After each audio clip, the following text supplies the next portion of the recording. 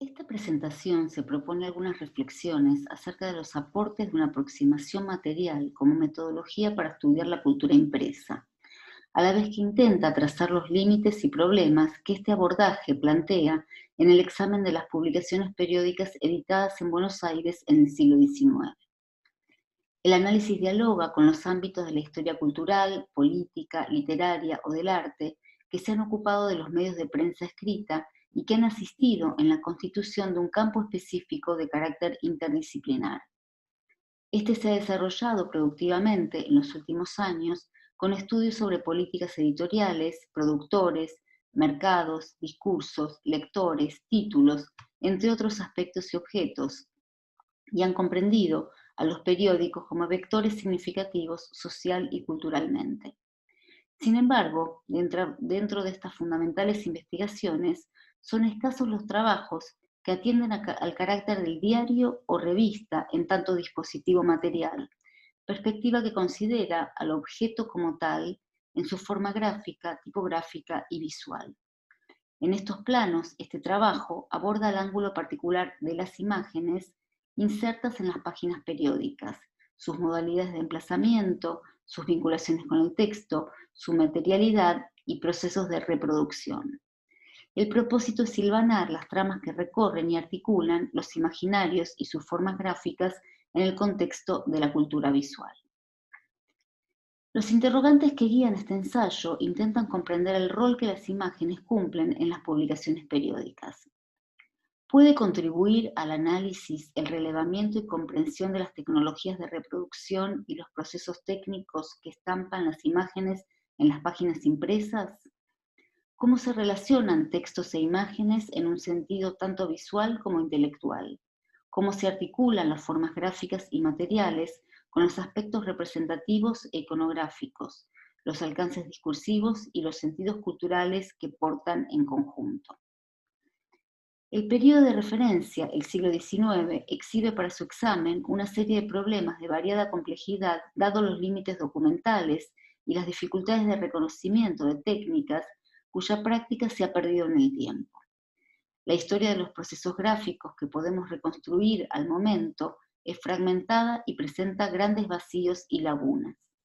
Si bien un siglo es un largo periodo que recorre variaciones, complejidades, transformaciones o rupturas, el objetivo acá no está trazado por el estudio de caso, sino por la presentación de algunos problemas que no podrían hacerse visibles si el análisis estuviese acotado a una publicación o a un periodo más breve. Hay otras cuestiones vinculadas con los interrogantes planteados más arriba que apuntan a los vínculos entre tecnologías, aspectos estéticos y representaciones que deben señalarse. El periodo propuesto no está sugerido aquí como un terreno homogéneo, sino histórico y variable.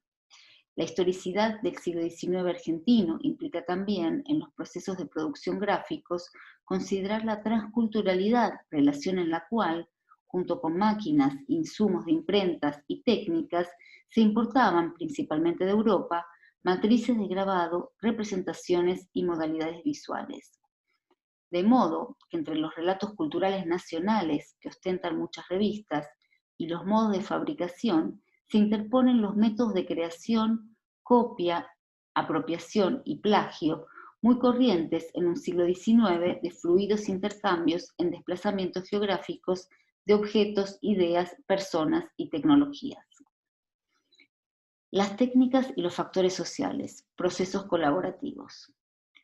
Un eje de análisis al que podemos apelar para interrogar las imágenes en las publicaciones periódicas es a la mirada de la historia de las artes visuales, aunque la reproducción de imágenes implica modos de hacer y visualidades distintas a las artes más canónicas, como la pintura. Tal vez por ello, en la Argentina y también en general, esta disciplina relegó de su narrativa a las reproducciones de las revistas por tratarse en muchos casos de imágenes sin autor, producidas y reiteradas con la velocidad de las prensas y al campo de las técnicas fotomecánicas comerciales. Pero en muchas ocasiones, sin embargo, el propio discurso de la prensa procuró acercarse a la mística de la firma prestigiosa cuando ésta estaba presente y también a la credibilidad del artista como individuo y testigo visual del hecho representado, ostentando la leyenda, cito, ilustrado del natural por nuestro artista, fin de la cita. En todo caso, aquí se presenta con claridad la necesidad de atender a las cuestiones técnicas por diversas razones. En primer lugar, sostener que, cito, lo tecnológico, lo estético y lo cultural están interconectados, fin de la cita, pueden ser conceptos poco específicos, pero también pueden implicar lo que tanto historiadores del libro ilustrado como historiadores del arte indican al analizar las diferentes técnicas de reproducción de imágenes. Señalan que los diversos procesos, xilografía, litografía, hueco grabado, fotografía y técnicas fotomecánicas, se diferencian entre sí por su distinta potencialidad de expresión artística o por su variable capacidad de comunicar información visual. La perspectiva de la materialidad, con especial foco en el análisis de la imagen, plantea otras cuestiones que surgen en un recorrido amplio de las publicaciones periódicas ilustradas del siglo XIX. Uno de los aspectos se vincula con la persistencia del dibujo, a pesar de las técnicas reproductivas y la conquista de la página impresa hacia fines del siglo por parte de la fotografía. Arte y cultura gráfica se interpelan en una relación desigual. Desde el campo artístico se desestimaron los productos salidos de la imprenta. El artista Eduardo Schiaffino, a comienzos del siglo XX, se expresaba cuestionando las vulgares cromolitografías, entre comillas, y la historia del arte no incorporó en sus relatos más que algunos pocos ilustradores de los muchos que produjeron imágenes para las revistas. La frecuente ausencia de firma puede resultar un problema para la atribución y el seguimiento de individualidades, pero también está indicando el estatuto del ilustrador que no siempre era identificado y reconocido. Sin embargo, desde la autorreferencia de las revistas, se solía destacar las colaboraciones gráficas por la habilidad del trazado o la fidelidad al hecho que se ilustraba, ya se trata de un retrato o un acontecimiento de la actualidad. Asimismo, a menudo se destacaba la trayectoria de un artista en su reconocimiento o participación en el campo artístico de la pintura más prestigioso. El dibujo, expresivo, caricaturesco, descriptivo o narrativo, representa una diversidad de funciones. Ilustra, comenta, editorializa, discute, añade información y participa en la dialéctica de las diferentes voces que producen una revista ilustrada. Dialoga con el discurso escrito, así como con otras imágenes, como una vía adicional de comunicación. Como afirman los teóricos de la intermedialidad formalista, las imágenes son cristalizaciones mediales que se ofrecen a la vista del lector y están estrechamente ligadas a los procesos de fabricación. De modo que junto con el análisis artístico de la subjetividad del ilustrador, debemos recordar que entre la imagen creada por el artista y la imagen reproducida que llega al lector, hay un proceso técnico en el que además intervienen otras figuras, el grabador, los trabajadores técnicos, que corrigen, retocan. Régis Debray articula técnica con cultura en los gestos que manipulan instrumentos que constituyen una información simbólica materializada. Cito: el instrumento en la mano es un objeto técnico, pero la mano que lo manipula es un sujeto cultural, y el instrumento sin la mano es una abstracción propia de un museo. Fin de la cita. Pero el sujeto cultural no es en este caso solo el ilustrador. Armando Petrucci afirma, observando el mundo gráfico y sus actores sociales, impresores, grabadores, técnicos, que cada uno de ellos aporta sus prácticas dentro de su cultura material y visual. Estos procesos de producción intelectuales y materiales implican, en un momento y espacio determinados, operaciones colaborativas donde escritor, ilustrador, fotógrafo, editor y técnicos combinan en un lenguaje gráfico un cruce de oficios y prácticas profesionales que involucran diversos saberes y capacidades. Ya el bibliógrafo neozelandés Donald Mackenzie, en los años 90, había introducido, por un lado, los factores simbólicos y de sentido a la consideración de los aspectos materiales, y por el otro, los factores sociales a los procesos de fabricación del libro.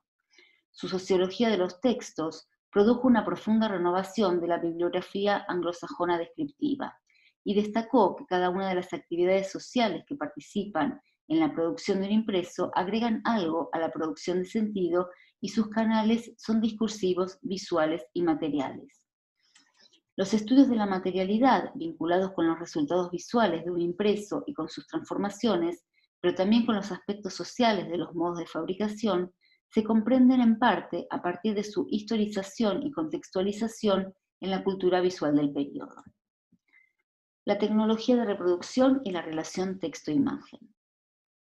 La línea que proponen historiadores de la imagen como Michel Melot, que estudia el objeto impreso en su totalidad intelectual y comercial, sin olvidarse de lo material y técnico, puede ejemplificarse con las diversas modalidades de relaciones entre texto e imagen.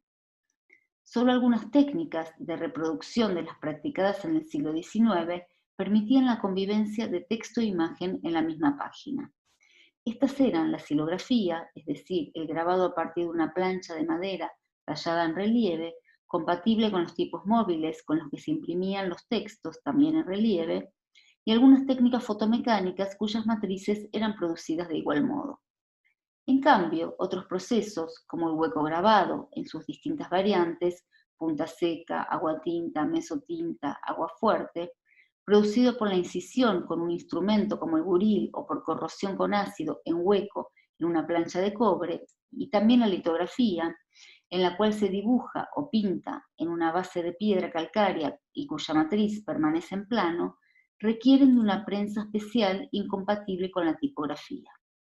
Como resultado, la imagen suele ser impresa en una hoja aparte, fuera de texto, y a menudo en un tipo de papel diferente. Esto implica una primera condición física a la lectura. En el caso de la silografía y también en el de algunas técnicas fotomecánicas como el medio tono, la imagen y su correlato textual se encuentran en contigüidad en la misma página y en interacción visual, o pueden estar, como en el hueco grabado o la litografía, a varias páginas de distancia, obligando al lector a un recorrido de búsqueda, reduciendo algo del efecto de la intermedialidad. En la historia local, en el marco de los periódicos publicados en Buenos Aires, observamos un predominio de la litografía por sobre las otras técnicas de reproducción. Fueron litográficos los primeros periódicos ilustrados, como el Museo Americano, así como la Revista del Plata, editada en 1853 por el ingeniero Carlos Pellegrini, el periódico satírico El Mosquito o Don Quijote, el cultural informativo Correo del Domingo, por mencionar algunos. Y este proceso se siguió utilizando hasta finales del siglo XIX y aún en el XX. Desde la primera firma litográfica, que fue instalada en Buenos Aires hacia 1828 por César Hipólito Bacle, se fueron multiplicando con el transcurso del siglo. Así, el censo de 1895 arroja 27 casas litográficas con 1.335 personas empleadas, 22 máquinas a vapor y 488 de otras clases. Hasta los años 1860, los otros procedimientos fueron poco utilizados localmente. Se sabe que se importaban clichés de madera que las publicaciones europeas comercializaban una vez usadas, como las que a mediados del siglo empleó el editor Benito Hortelano en la Ilustración Argentina de 1853. Pero hay poco registro de producción local de silografía hasta después de la década del 60, en la que encontramos en publicaciones y almanaques avisos de talleres de grabado en madera. El hueco grabado, cuya realización requiere de una educación técnica adecuada, se practicaba para el papel moneda y se amplió al ejercicio artístico después de la década del 80 con el arribo de técnicos italianos como Alfonso Bosco, contratado por la Compañía Sudamericana de Billetes de Banco, quien formó artistas grabadores como Mario Canale. El condicionamiento técnico que habilitaba o no el emplazamiento de la imagen junto a la tipografía podía salvarse en algunos casos con una doble pasada, una para la imagen y otra para la prensa tipográfica, y otra en la prensa tipográfica para el texto, aunque eso suponía un aumento del tiempo de producción y un costo adicional. Pero se observa que la generalidad de los periódicos presenta sus imágenes en hojas separadas y en algunos casos en una doble página que habilite desarrollos visuales vastos y pictóricos de cierta autonomía con respecto al discurso escrito. Sin embargo, la sección Nuestros grabados, usual en la época, intenta anclar el sentido en una explicación, añadiendo un contrapunto de información distinta al que la imagen provee. La sección continúa apareciendo, aún en revistas como El Sudamericano, publicada entre 1888 y 1891, con imágenes que gracias a las técnicas fotomecánicas se insertan en la página junto con la tipografía. A modo de conclusión, el mensaje de lo masivo. Si bien la intención no es trazar una línea teleológica y presentar las transformaciones técnicas de la historia de los objetos impresos del siglo XIX y en particular de las publicaciones periódicas ilustradas como un camino hacia una cultura visual masiva, es cierto que las mutaciones en el grabado de edición y las técnicas fotomecánicas produjeron una fluidez en la circulación de imágenes que alcanzó públicos más amplios tanto desde el punto de vista socioeconómico como geográfico. Las publicaciones periódicas ilustradas conforman una matriz cuyo diseño fue transformando la prensa y sus rasgos comunicativos a lo largo del siglo XIX al incorporar mayor cantidad y variedad de imágenes en sus páginas. Al comienzo, componente ocasional, lo visual se instaló como elemento generalizado a fines del siglo en las hojas periódicas de la mano de cambios sociales, culturales, económicos y tecnológicos. El Semanario Popular Ilustrado Caras y Caretas, aparecido en el año 1898 en Buenos Aires, resulta en el ámbito local claramente un testigo y actor de este proceso. Las condiciones históricas particulares, institucionales, discursivas y materiales que permitieron que estas prácticas se estabilicen se vinculan con los diversos factores, inmigración, alfabetización, urbanización, entre otros, que resultaron las condiciones de posibilidad para el surgimiento y auge de Caras y Caretas. Las condiciones tecnológicas provistas por la industria tipográfica, el fotograbado de medio tono, la industrialización de la litografía, la cromolitografía, la linotipía, son algunos de los procesos que fueron utilizados y potenciados. Pero el éxito del semanario no se debió solamente a su capacidad de producción y al logro de una revista accesible económicamente que vendía miles de ejemplares, sino que juntamente con eso, difundió modos de representación diversos capaces de atraer e identificar a un público lector de carácter heterogéneo y masivo. Esas conquistas condujeron a la revista a reproducir en un soporte de noticias de actualidad, caricaturas, notas de divulgación social, política, cultural, científica, junto con una nutrida publicidad, contenidos profusamente ilustrados con sus propias imágenes. Este contenido visual, amplio y misceláneo, representa la materialidad que expresa el anclaje histórico y contextual de un dispositivo que vehiculiza el contenido de información que editores, escritores, fotógrafos, ilustradores, grabadores, impresores y sus interacciones y negociaciones produjeron en un proceso de industrialización de la imagen. Sin caer en un determinismo tecnológico, en este relato las tecnologías de reproducción ocupan un lugar significativo, con las cuales artistas y editores compusieron artefactos que representaron visualmente el mundo social de los lectores y elaboraron un soporte, una forma y un discurso para enmarcar el consumo de las imágenes. Muchas gracias.